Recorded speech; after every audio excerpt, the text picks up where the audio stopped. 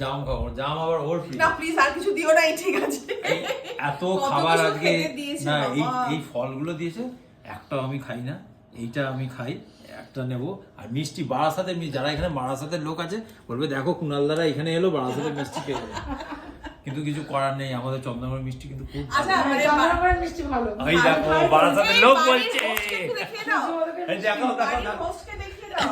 সূর্যমোদক দেখো বারাসাতের লোক পেটা হ্যাঁ, দিল। ওটা কিন্তু সূর্যমোদক, আমি কিন্তু পছন্দ করি না সূর্যমোদক। হ্যাঁ আমি সূর্যমোদকের খাই আমরা, মানে আমার বন্ধু গার্গী আছে চিচিরায়, ও নিয়ে আসে। আমরা হচ্ছে আমার মৃত্যুঞ্জয় লাভার, এটা ক্ল্যাশ লাগে।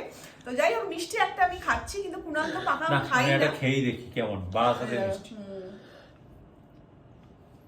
ভালো?